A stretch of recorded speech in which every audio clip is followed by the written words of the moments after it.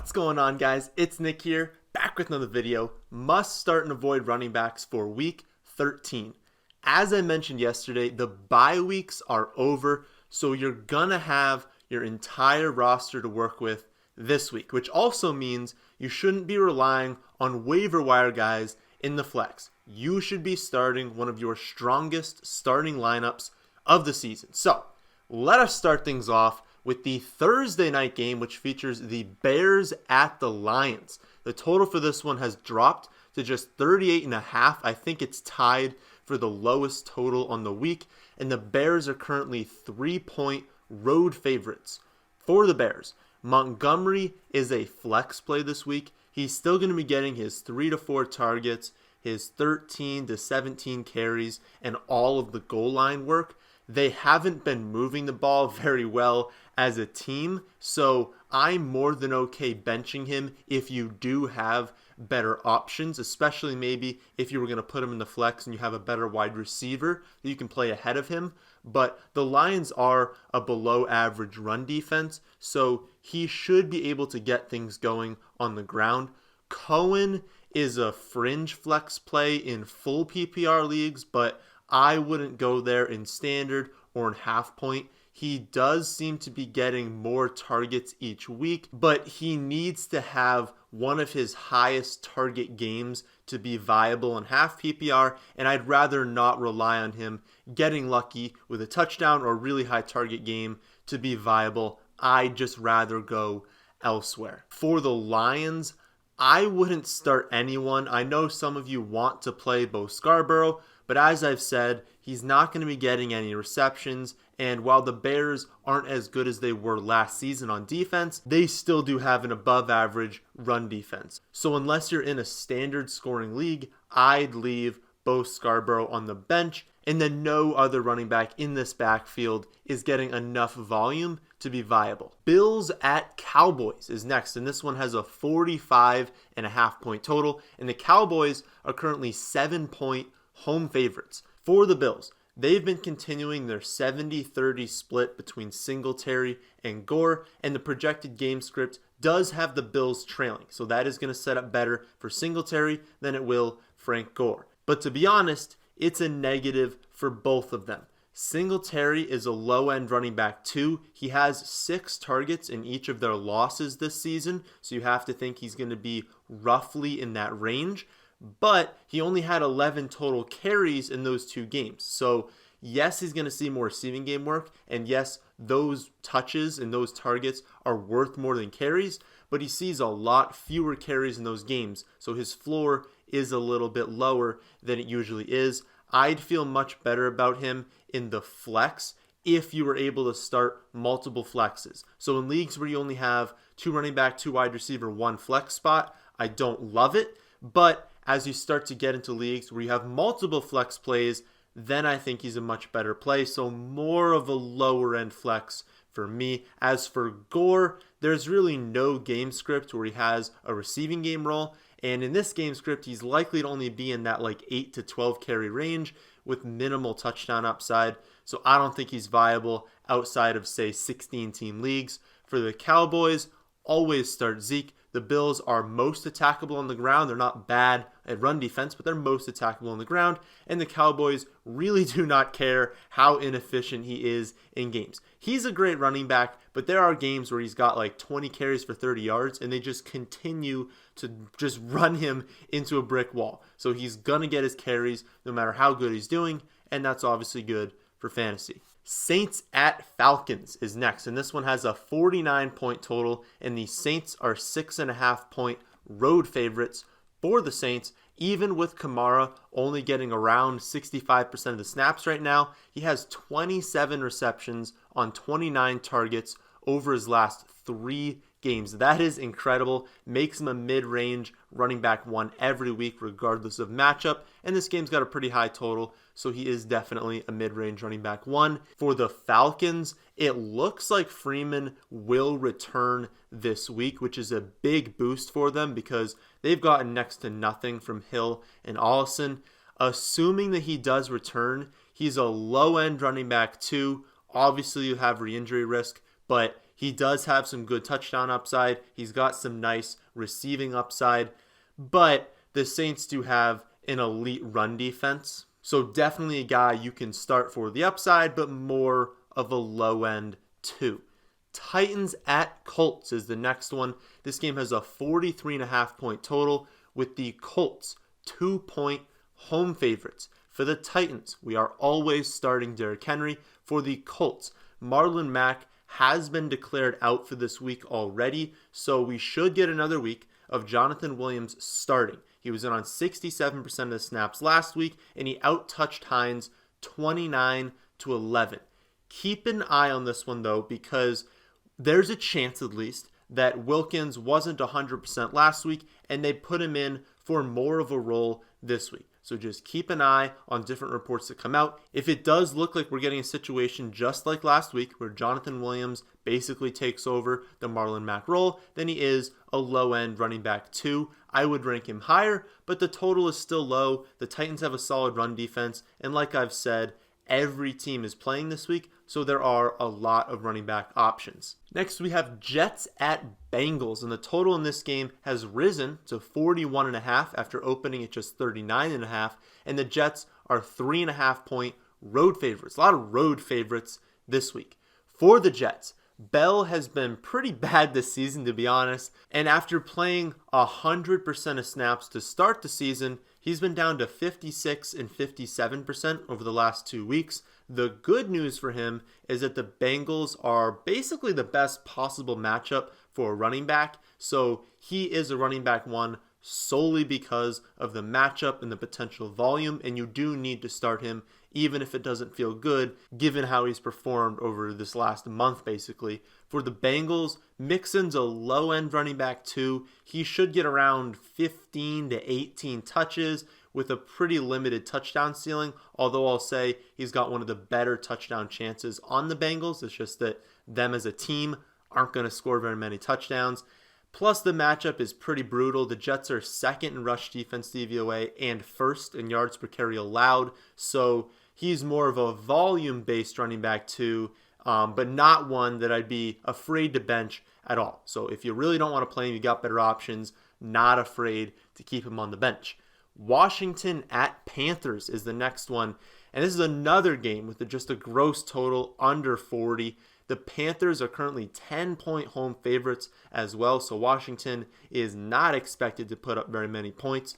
Peterson was down to about 30% of snaps these last few weeks, with Geis playing up to 43% last week and potentially seeing 50% this week. They've kind of been rising his snaps, and I feel as though they're going to slowly shift more work towards him as the season comes to a close, since it does nothing for the organization to give Peterson his 10 carries for 30 yards every week. Like, it just doesn't help them at all. They know they're bad. They know they're not making the playoffs. It's not like they should be trying to win, so why not see what they have in Geis?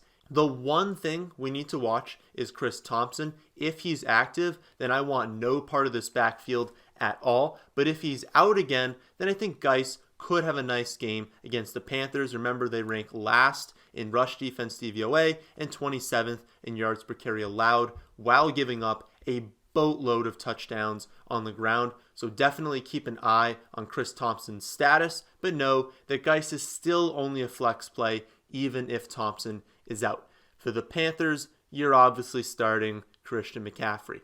49ers at Ravens. This is easily the best game of the week, and I'm pretty surprised they didn't move this one from 1 o'clock to 4 o'clock, but still a 1 o'clock game. The total is 45.5, and the Ravens have risen to 5-point road favorites. For the 49ers, the Ravens defense has definitely stepped it up big time as of late, and there's still a chance that Breida returns this week, assuming that he's out again. So assuming he does not return, Coleman can be started in the flex because of his touchdown upside, and the other running backs don't really get enough volume to be worth starting this week. If Breida is active, then I'd probably just avoid everyone in the backfield. It would cap everyone to like around 12 touches, and it's just not really worth starting them. I guess you could put them in the flex, but this is not a good matchup. They're not favored to win the game. It's not a really massive total. And since the touches are also capped, I just don't love it. I guess if you have to, you can, but I'd try not to. For the Ravens, it's the same as every week. The only back you can trust right now is Mark Ingram. While the 49ers do have an elite pass defense, they're actually below average at stopping the run, which is definitely going to hurt them in this matchup against the Ravens. Ingram is still more of a running back too because he has a very limited role in the receiving game, but he's got just as much touchdown upside as anyone, and the 49ers should be able to keep the game close, so maybe the Ravens starters will be able to play in the fourth quarter. Buccaneers at Jaguars is next, and this one's got a 49-point total, so one of the higher totals on the week, and the Jags are 1-point home favorites, so this game should remain close throughout. For the Bucs, some weeks Ronald Jones looks like the clear lead back, and then other weeks it looks like they forgot that he's on the team. So it does have more to do with the score. If you kind of look back at the weeks where he doesn't get much volume, it's the weeks where they just fall behind. Winston's throwing the ball 50 times, and Nagumbawale sees as many, if not more, snaps than Jones or Barber. Assuming this game does stay close or the Bucs are winning, then Jones should see his typical workload, which is around like 10 to 13 carries and around 3 to 5 targets. If they fall behind though, then it's just a mess and it would be a situation to avoid. The spread is only 1, so the likeliest scenario is that it does remain competitive. I can't rank him anything higher than a flex because of the risk that he just disappears, and there's no way I would start either of the other two running backs. For the Jaguars, yes, the Bucs are the most difficult matchup for a running back, but you saw the upside last week when Fournette scores, so he's a must start every week. Packers at Giants is next, and this one's got a 46.5-point total with the Packers 6.5-point road favorites. For the Packers, Aaron Jones and Jamal Williams will be splitting the snap 50-50. It's what's been happening over the last month. It should continue to happen. And like I warned a few weeks ago, Jones's targets have completely gone away since the return of Adams. He has 13 carries in back-to-back weeks, but just 1 target and 0 receptions over those games. He is an extremely touchdown-dependent running back, but the thing is, this week, his touchdown upside is pretty high. They're expected to score about 26 points, and the Giants are a below-average run defense. I have him ranked as a high-end running back too. Just don't be shocked if he only gets his 13 carries for 60 yards, then doesn't score, because he won't be worth starting at that point. You have to start him though because of the touchdown upside. Jamal Williams is more of a low-end running back too. He's getting the exact same volume, but they do prefer Jones when they get close to the goal line. So his touchdown ceiling is lower. For the Giants, assuming Barkley doesn't get shut down for the season, he's a low-end running back 1 this week. He's averaging less than 4 yards per carry on the season, and he has not looked like himself since suffering the ankle injury. Hopefully he's closer to 100% this week, but there's really no way for us to know for sure. If he were to ever get shut down, then Wayne Gallman is a weekly high-end running back 2. Eagles at Dolphins is the next one. This game has a 45-point total with the Eagles 9-point road favorites. For the Eagles, everything depends on Jordan Howard. As of recording this, he still has not been cleared for contact, but I'm sure we're going to know more on his status come Thursday, Friday, Saturday. Assuming that he is out, then Miles Sanders is a mid-range running back 2. The Dolphins are terrible on defense, and he's been playing 85% of snaps while Howard has been out. Wentz has been terrible, and that's been hurting Sanders, but this Dolphins defense is not good, so they should be able to put up a bunch of points. Ajayi played 12% of snaps last week, and he really just took Boston Scott's snaps, not Miles Sanders, so he's really not that viable outside of, say, 16-team leagues because he's not going to be involved in the receiving game, and you're basically just hoping that he scores a touchdown. But on, we'll say 20% of snaps, how likely is that? Assuming Jordan Howard is active and there are no indications that he'll be on a snap count, then both Howard and Sanders would be viable in the flex, and Ajayi would definitely not be playable at that point. On the Dolphins, just continue to avoid their entire backfield. Browns at Steelers is next. This one has a pretty low 40-point total, and the Browns are 1.5-point road favorites. For the Browns, always start Nick Chubb, and Hunt is actually a decent flex play. So they've been playing enough two-back sets that Kareem Hunt is still playing more than 50% of snaps, around that 55% range. And so if he's going to keep getting this much work in the receiving game to go along with these snaps, to go along with some work in the red zone, then he's probably a good flex play moving forward.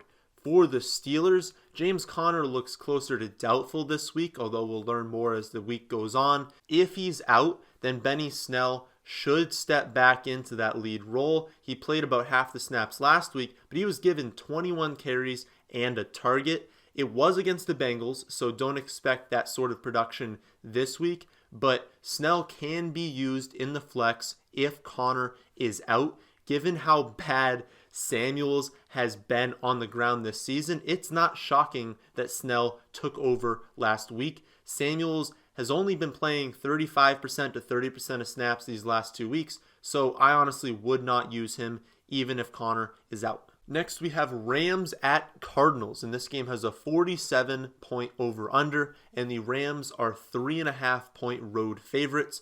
For the Rams, they have not looked good this season, and Gurley is clearly being limited by his knee. He had just 9 touches last week, and he's really not even playable unless he scores. Because of that, the floor is really low. I do have him as a mid-range running back 2 this week, just because the matchup is great. The total is pretty high, so they should be able to put up a good amount of touchdowns. And if he's getting these touchdowns, then he will be worth starting. Just know, like I said, the floor is a lot lower than it used to be with Gurley. For the Cardinals, this situation is just a mess. He's obviously still hurt, but the Cardinals have been lying on their injury reports all season. They were on bye last week, so maybe he's fully healthy now. Who you start will depend entirely on the news that we get on this situation. The most likely scenario is that Drake and Johnson split the touches once again once he is healthy, but I'll try and keep up with what the beat reporters are saying throughout the week, and I'll adjust the rankings accordingly. If it is a split, then neither of them is ideal because you're splitting the touches in a pretty difficult matchup, but I think Drake would still be viable in the flex. If we get word that it's going to continue where Johnson's not seeing any of the touches, I think Drake would move up more to a running back 2. But again, I'll adjust the rankings as we get more news. Raiders at Kansas City is next. This game has the highest total of the week at 51.5 points, and we finally get a home favorite with Kansas City being favored by 9.5 points.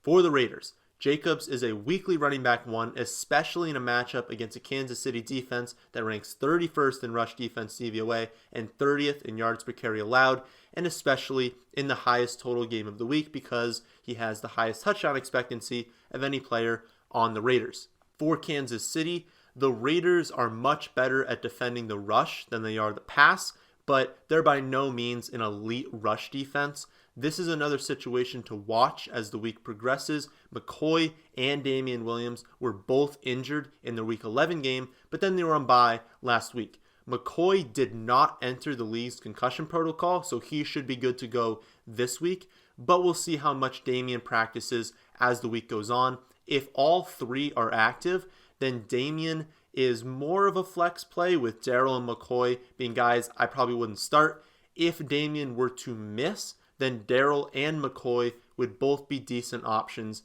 in the flex. Chargers at Broncos is the next one. Total of this game is just 38.5, so another one of the lowest totals on the week. And the Chargers are 2.5-point road favorites.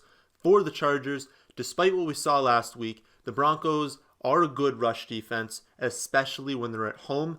However, Gordon has looked a lot better each week since returning, and now that they're coming off bye, I do expect him to post a solid game. Plus, he's essentially game script proofed. If they're up, he's getting the carries. If they're down, he's getting the targets. So, given his expected volume, I think he's a low-end 1 to a high-end 2, right around that running back 12 range. They finally did start using Austin Eckler more in the receiving game in Week 11. Hopefully that continues this week, but given the total, the matchup, and the concerns that his volume isn't as stable as Gordon, he's more of a flex play this week. For the Broncos, Lindsey dominated the snaps over Freeman in week 11, but then went back down to 2% fewer snaps last week, although the volume split tells a different story. So Freeman may have outsnapped Lindsey 56% to 54% this past week, but Lindsey had 13 carries and 3 targets, while Freeman had just 2 carries